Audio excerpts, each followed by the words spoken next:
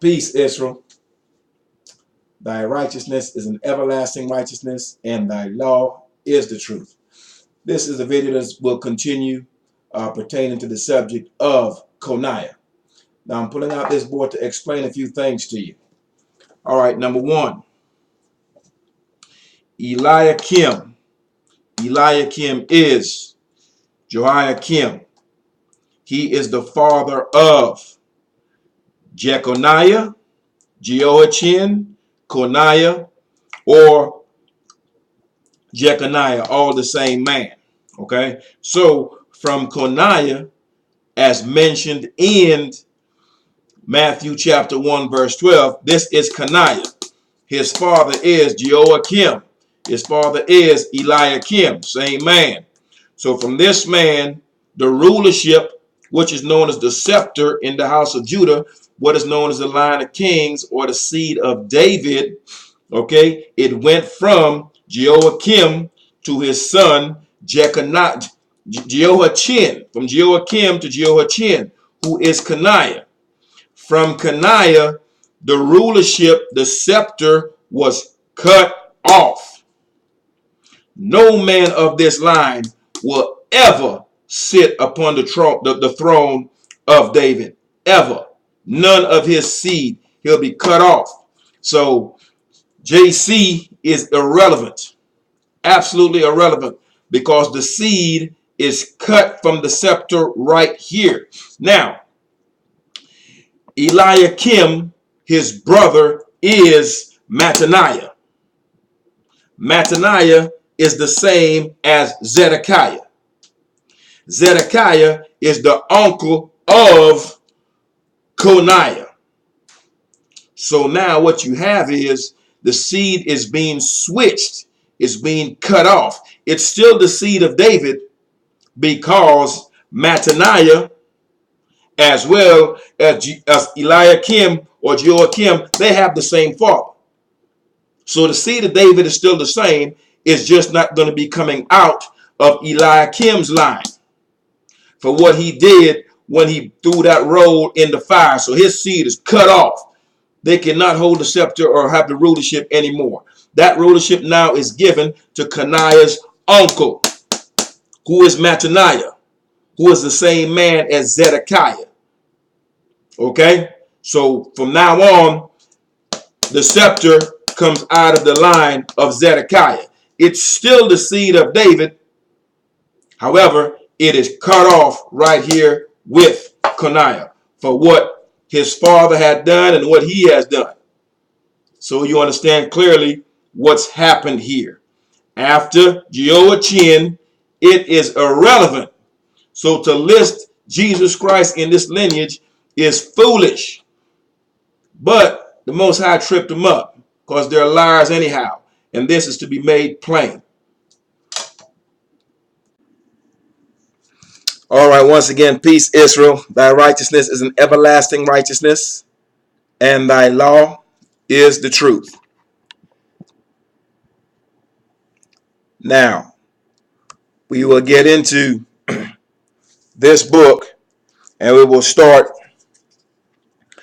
go back to 2 Kings, and we'll go to chapter 24, and we will read things pertaining to Jehoiachin, okay, who is Coniah.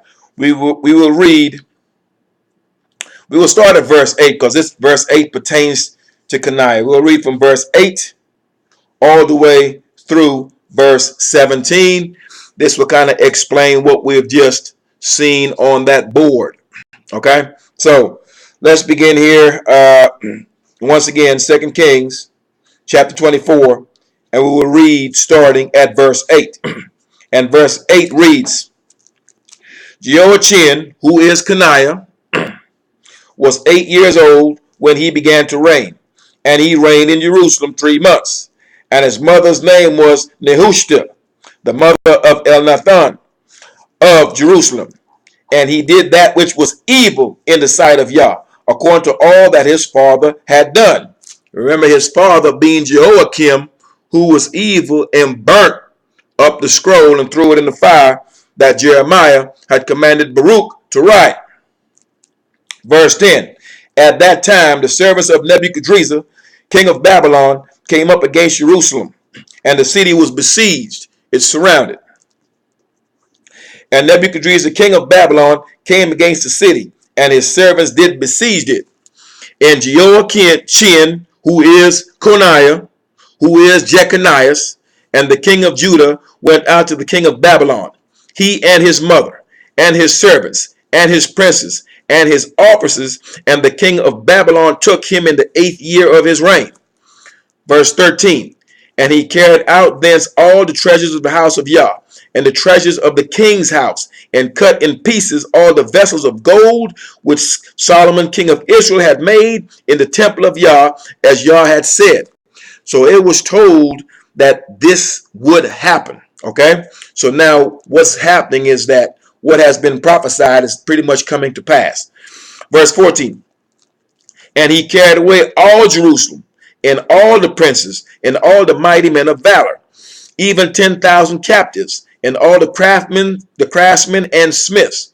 None remained save the poorest sort of the people of the land. So everyone was taken out. All of Judah is removed. Okay, why is this done? Because in Jerusalem, our leadership was there. Judah is the lawgiver. Out of David's line, out of David's seed, shall be the rulership or the governors.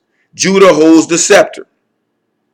Okay, and out of the bloodline of Levi will be all the priests, our ministers. Okay, so the priests are also in Jerusalem at the time.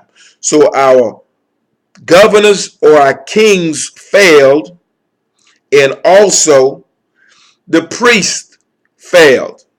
Thus, Judah was the last to be carried away captive, and Jerusalem as a whole was given a double curse. Verse 15. And he carried away Jehoiachin to Babylon. This is Jeconiah. This is Coniah. And the king's mother, and his wives, and his officers, and the mighty men of the land. Those carried he into captivity from Jerusalem to Babylon. So at this point, all of these people are carried away, save the poor, except the poor. Okay, he only left the poor in the land. And all the men of might, even 7,000, and the craftsmen, and the smiths 1,000, all that were strong and apt for war. Even them the king of Babylon brought captive to Babylon. And the king of Babylon made Mattaniah, his father's brother, king in his stead, and changed his name to Zedekiah. So what have just been read here is exactly what you saw on the board. Coniah has been taken to Babylon. So that line of the scepter holders is cut off before the Most High. Because the Most High said, no man of the seed of Jehoiakim will ever sit upon the throne, as well as Jehoiachin. Because Jehoiakim, for what he had did when he burned that scroll. Okay? And so Coniah could not be successful because of what his father had done. Okay? So hence Coniah was cast off, or Jeconiah, same man. He was cast off. So he was the last of his line, cut off from the rulership, cut off from holding the scepter of Judah. And it was passed to his uncle, his father's brother, who is Mattaniah, who we know as King Zedekiah or Governor Zedekiah. So what this explains here in this book of the prophets is simple. Beyond Coniah, it is irrelevant. So to put Jesus in that line is foolhardy. But guess what? Most High tripped him up once again. Okay, because they're liars. Moses told us that our enemies will be proven to be liars. And that's indeed what they are. So let's make this plain. It's irrelevant beyond Coniah. Because at Coniah, it is cut off. Head off at the path. You're done. rulership, scepter holding goes directly now to Zedekiah's line. So that's it. End of story. Idle. Idle. That's it. Anyway, Israel, continue to study and go in this book. Go in this book. All right. And you can read the information is here. Set your heart and your mind to understand this law, to do it, and the Most High will show you these things. Keep in mind, we were made blind. Okay? And we were made deaf. All right? Because we refuse to adhere to this law. But the minute we start to do this thing, we will be allowed to see. We need to start keeping the Sabbath. We need to start doing the things that are right, and we'll be able to go into this book and make sense of it. Okay? So there you have it. Jesus is an idol. He's cut off. They're trying to put him in. They're trying to insert this idol in our records. And the Most High exposed this thing to be a lie. Anyway, thy righteousness is an everlasting righteousness, and thy law is the truth. Peace, Israel.